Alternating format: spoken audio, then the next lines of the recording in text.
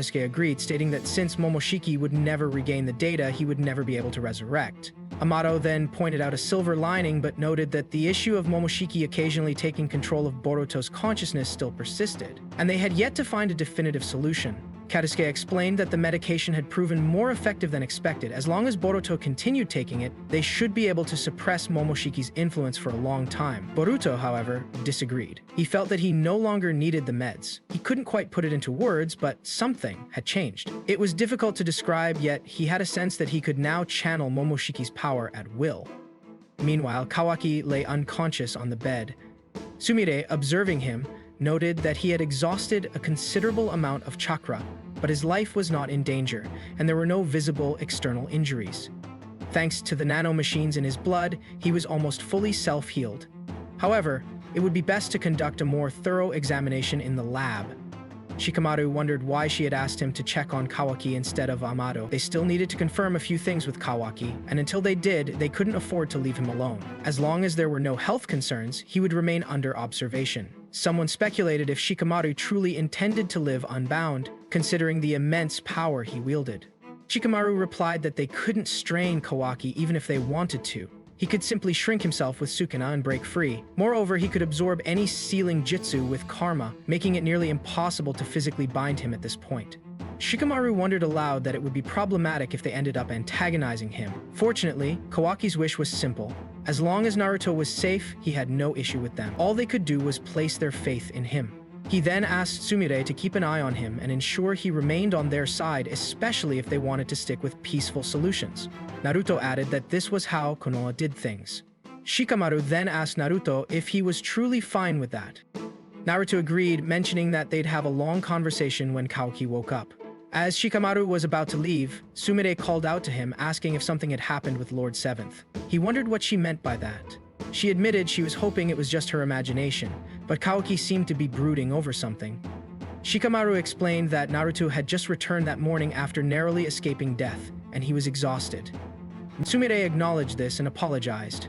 Just then, they saw Sasuke approaching, mentioning that he had some intel regarding Code's whereabouts. Shikamaru looked out the window, wondering if this had to do with one of Boro's cult facilities. He thought to himself that they would likely target all of them soon.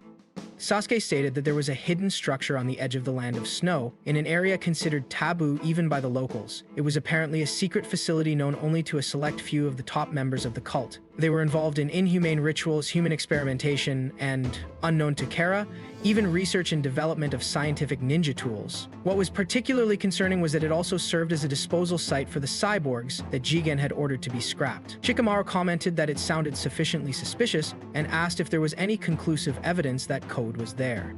Sasuke replied that it wasn't definitive, but there was an acquaintance of Code's at the facility, a man named Bug. Shikamaru understood, mentioning that he would order a deployment since they had no other leads. Sasuke then brought up hearing about what Kawaki had done and asked if it was true. Shikamaru confirmed that Kawaki had killed Boruto, even though it was to stop Momoshiki. He did it right in front of both him and Naruto. Fortunately, Boruto was fine now, but the only people who knew about it were Sai, Amado, and Katasuke. They were still trying to decide how to proceed. Sasuke asked that where Boruto was currently. Shikamaru replied that Boruto should be with his friends, including Sarada. The scene then shifted to Elda, who learned from Code what had happened. She told him that he should be thankful that his precious 10-tailed sacrifice, Boruto, was still alive, and reminded him that this was due to the use of Momoshiki's karma. Code was shocked and asked if she was serious. The kid on Code's back wondered aloud if Boruto was like a zombie now. Elda explained that along the way, it seemed the remaining compressed data from Garma had been extracted, meaning Boruto was now completely Otsuki. Somehow they had shared and exchanged something that she couldn't directly see with her Senrigan clairvoyance. She speculated that Boruto might even be able to communicate with Momoshiki on some sort of spiritual plane. Code muttered that unforeseen was an understatement, but he decided to accept this piece of good fortune, believing it was meant to be. Elda remarked that Code was lucky Boruto was still alive, but she was honestly fed up with the grandstanding acts he kept pulling. She was particularly annoyed by him taking things too far, especially by using her brother without her permission.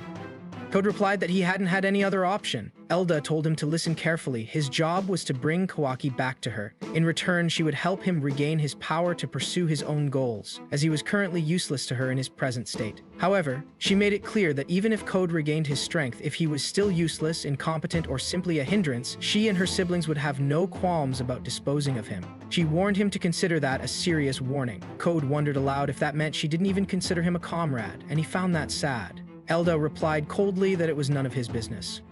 If he didn't produce results, he'd lose even that sad excuse for a relationship. She then wondered if he had already taken the necessary measures, with only the timing left to consider. The scene shifted to Shikamaru, who entered the room where Amado was sitting. Shikamaru immediately asked about the situation with Boruto. Amado replied that at first it had sounded far-fetched, but the proof was in the pudding, with the blood analysis supporting his explanation. Shikamaru then asked about Momoshiki, pressing if they could definitively say that Momoshiki couldn't resurrect anymore. Amado confirmed, saying it was 100% impossible. Shikamaru acknowledged that this was good news, even great news, and then suddenly pulled Amado closer. Amado, surprised, asked what Shikamaru was doing. Shikamaru replied that Amado knew exactly what he wanted to ask. About Kawaki's karma. The scene then shifted to Boruto and his friends. A girl gently touched Boruto's arm and asked if it still hurt at all. Boruto asked her to watch her hands, noting it was a close call, but he was fine. They all breathed a sigh of relief, though they knew Code had gotten away. Another boy questioned why Code would try to kill Boruto when he had previously wanted to feed him alive to the Ten-Tails.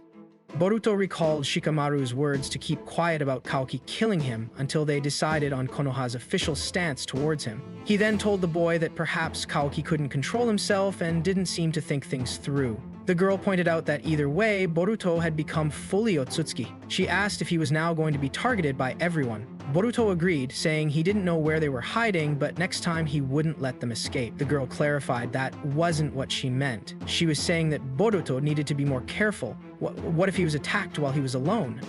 Sasuke arrived and agreed with the girl, mentioning that Sarada was right. Enemies could appear unexpectedly, so he warned Boruto not to go anywhere alone, even within the village. Sasuke, however, added that he wasn't one to talk, as now that Kawaki had enough power to challenge Code, he would likely stop at nothing to remove the limits on his own power. That, Sasuke said, would likely make Kawaki Code's first target. Boruto then wondered about Amado. Meanwhile, Shikamaru confronted Amado, asking why he had restored Kawaki's karma and implanted it on his own without his consent. Shikamaru demanded an explanation. Amado responded that it was simple. He fundamentally loathed karma, but he knew he probably wouldn't get Kawaki's consent. Still, Amado desired power, enough to protect Lord Hokage and to chase away any enemies. Amado continued, explaining that in order for the karma to re-manifest, his intent was absolutely essential. In short, Kawaki himself had chosen that path, and it was the result he desired. Shikamaru asked what would have happened if Kawaki hadn't had it when he needed it, to which Amado explained that he had implanted it ahead of time. Shikamaru then pointed out that the reason Amado was able to survive the latest crisis was because of the karma Kawaki had implanted in him, and he wondered if he was wrong to think so. Shikamaru reminded Amado not to forget the question at hand. Setting aside the results, what he had done wasn't for karma or Kawaki's benefit. Amado seemed to get obsessed with the karma itself and asked Shikamaru why he was so focused on it. Just then, Code appeared, interrupting them and apologizing, saying he didn't want to waste such a prime opportunity. Elda was there as well, remarking that the conversation was just getting interesting. Suddenly, Code attacked, forcing Shikamaru to fall back. Amado was shocked by the sudden assault, and Code grabbed Amado by the neck, telling him it had been a while. He suggested Amado should start worrying about his own welfare now that he had rescinded the limiters on his powers, warning him not to get hurt. Amado, still stunned, remarked that he couldn't believe Code had shown up there. He said Code would be sensed right away, and an army of shinobi would be there soon. Code, however, was unfazed. He said that all Amado needed to do was look at his hand and give the command. It would only take a second. The scene shifted to a control room where the personnel saw the chakra readings and realized that Code was inside Amado's lab. They contacted Shikamaru, who confirmed that Code was right in front of him. The lady on the other end suggested sending reinforcements. However, Shikamaru activated his communication device and told her to just inform Naruto and the others, but not to send anyone yet. He didn't want to provoke Code into running or getting away while he handled the situation himself. Shikamaru instructed the lady to continue monitoring Code and wait for his signal. He then activated Shadow Possession Jutsu, but when nothing happened, Code scoffed, saying it was useless. He casually moved his fingers enough to slash open Shikamaru's carotid artery. Shikamaru, maintaining his composure, called out to Amado, stating that he knew Code's personality and would hurry up if he were in Amado's place. Shikamaru wondered if Code thought he wouldn't notice the claw mark on the back of his neck, a trap so transparent it was almost laughable. Code, surprised, glanced at the trunk next to him. Shikamaru then told Bronco to wake up, saying it was finally time.